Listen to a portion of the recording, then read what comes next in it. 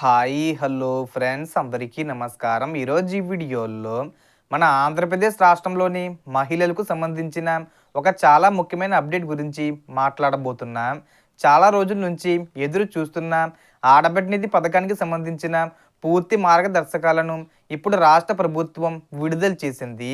ఈ new year కానుకగా విడుదల చేస్తారా లేదా ఎప్పుడు విడుదల చేస్తారు? ఈ పథకానికి అర్హత సాధించే ప్రతి మహిళకు నేరుగా సంవత్సరానికి ఒకేసారి 18,000 రూపాయలు అందిస్తామని ప్రభుత్వం స్పష్టంగా తెలిపింది. ఈ రూల్స్ ప్రకారం ఎవరికి అర్హత ఉంటుంది, ఎవరెవరు అనర్హులు అవుతారు, ఏ డాక్యుమెంట్స్ కావాలి అన్నది మొత్తం క్లియర్గా చెప్పబోతున్నాను. వీడియోని ఎక్కడా కూడా స్కిప్ చేయకండి ఫ్రెండ్స్, అండ్ వర్డ్ చూడండి.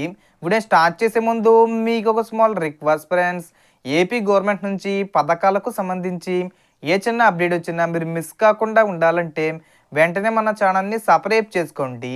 అండ్ సబ్స్క్రైబ్ చేసుకున్న వాళ్ళందరూ కూడా సబ్స్క్రైబ్ బటన్ పక్కన ఉన్న గంట సింబల్లో ఆల్ అని పెట్టుకోవడం మర్చిపోకండి ఫ్రెండ్స్.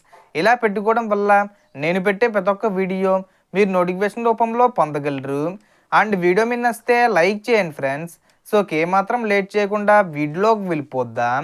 సో ముఖ్యమంత్రి నారా చంద్రబాబు నాయుడు గారు క్యాబినెట్లో అధికారులను ఆదేశించి ఈ పథకాన్ని వెంటనే అమలు చేయడానికి చర్యలు ప్రారంభించారు. ఈ పథకం కింద 18 నుండి 59 సంవత్సరాల మధ్య ఉన్న ఆంధ్రప్రదేశ్ మహిళలందరికీ సంవత్సరానికి ఒకేసారి 18,000 రూపాయలు ఇవ్వాలని ప్రభుత్వం నిర్ణయించింది. మొదట్లో ప్రతి నెల 1,500 రూపాయలు ఇస్తామని చెప్పారు, కానీ ప్రతి నెల డబ్బులు పంపడంలో ప్రభుత్వానికి వెరిఫికేషన్ ఇబ్బందులు రావడంతో వార్షికంగా మొత్తాన్ని ఒకేసారి ట్రాన్స్ఫర్ చేయాలని ప్లాన్ మార్చారు. ఒక కుటుంబంలో 3 మహిళలు ఉన్న ముగ్గురికి కూడా ఇస్తారు. తల్లికి వందనం పథకం ఎలా ఇచ్చారో అదే విధంగా ఇది కూడా అమలు చేస్తారు.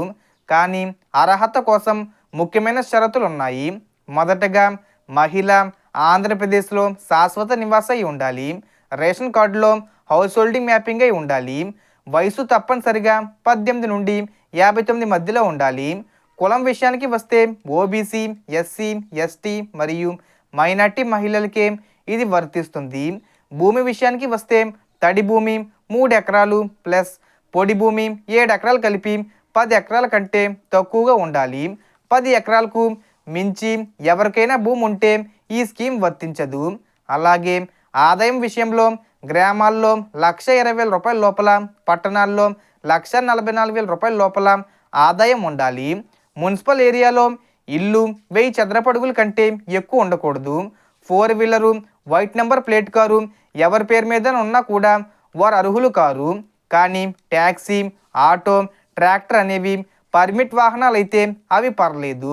నెలవారీ కరెంటు బిల్లు 300 యూనిట్ల లోపు ఉండాలి. మీ ఇంట్లో ఎవరైనా ప్రభుత్వ ఉద్యోగి లేదా ప్రభుత్వ పెన్షనర్ ఉన్న అర్హత ఉండదు. ఆదాయపు పన్ను చెల్లించేవారు కూడా అనర్హులు. రాజ్యాంగబద్ధమైన పదవుల్లో ఉన్న ప్రస్తుత, మాజీ ప్రజాప్రతినిధులు కూడా అర్హులు కారు. ఇప్పుడు డాక్యుమెంట్ విషయానికి వస్తే Aadhaar card, Aadhaar update history, కుల ధృవీకరణ పత్రం, నివాసి ధృవీకరణ, వయసు రుజువు, Aadhaar history, bank passbook, passport size photo, mobile number ఆధార్కు లింకే ఉండాలి. రేషన్ కార్డు లింక్ అంటే ఈకేవీసీ తప్పనిసరి. అలాగే ఆధారు, బ్యాంక్ అకౌంటు లింక్ అయిన ఎన్పిసిఐ మ్యాపింగ్ ఉండాలి. ఇది లేకపోతే డబ్బులు రాదు. ఎన్పిసిఐ మ్యాపింగ్ సమస్య ఉంటే పోస్ట్ ఆఫీసులో 250 రూపాయలతో కొత్త సేవింగ్ అకౌంటు ఓపెన్ చేస్తే ఆటోమేటిక్గా మ్యాపింగ్ అవుతుంది. ఈ అర్హతలన్నీ చూసుకోండి. రేపటి నుంచే ఇంటింటికి సర్వే ప్రారంభిస్తారు.